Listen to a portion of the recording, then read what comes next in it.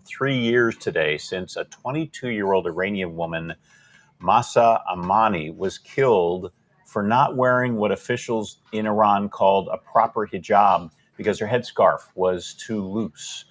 Amini was arrested and beaten while she was in police custody. That sparked massive street protests across Iran at the time.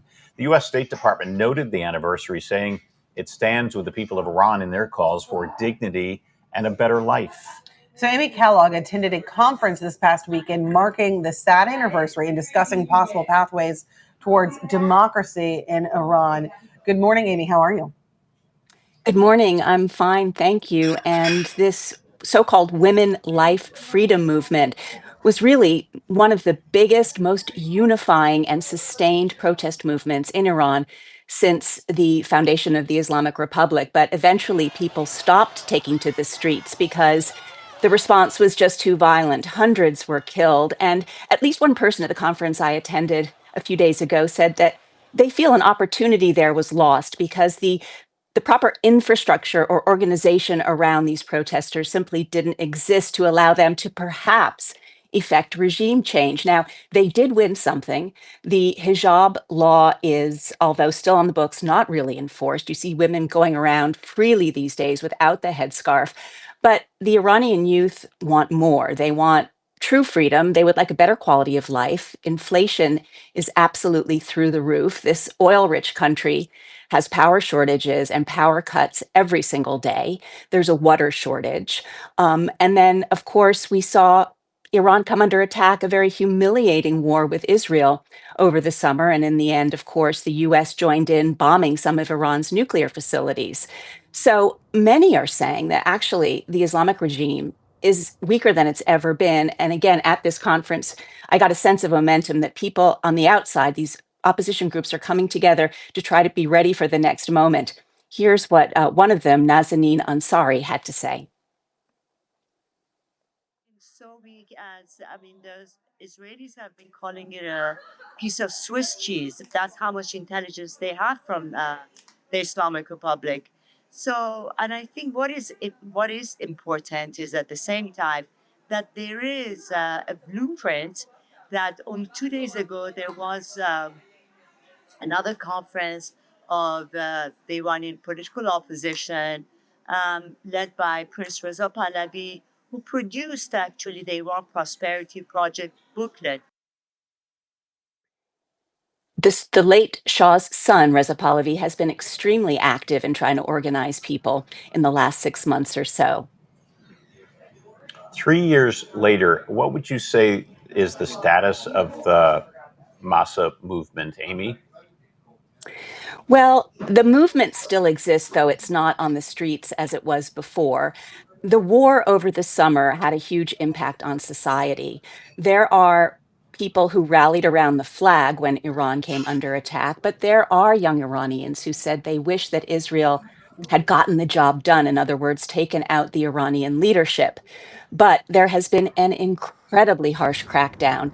As Nazanin said, the country is like Swiss cheese. It feels so infiltrated by spies. Executions are up, arrests are up.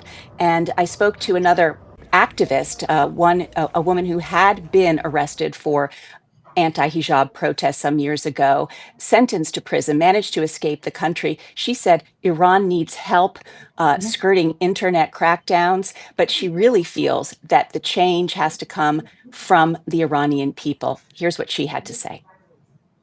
Iranian civil society should change the regime and change everything.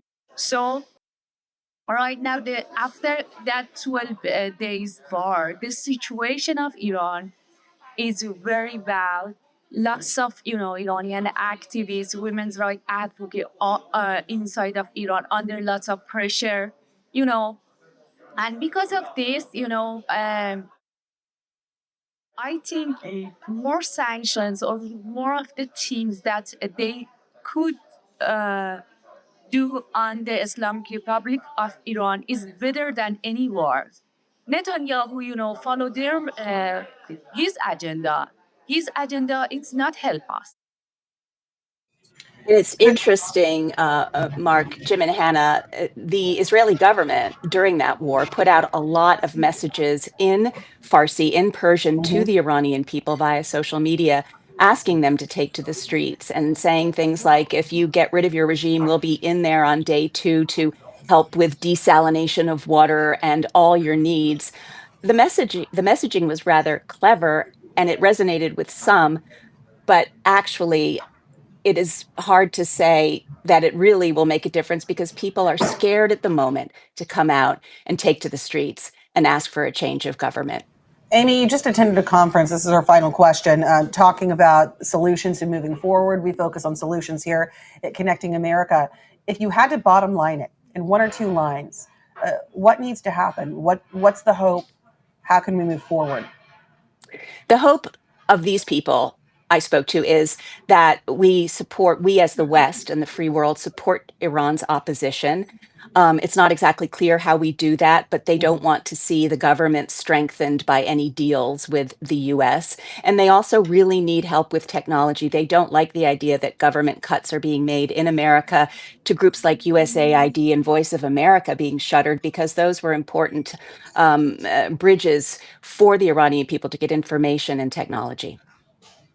Amy, thank you so much. Very nuanced and informative conversation. We appreciate you.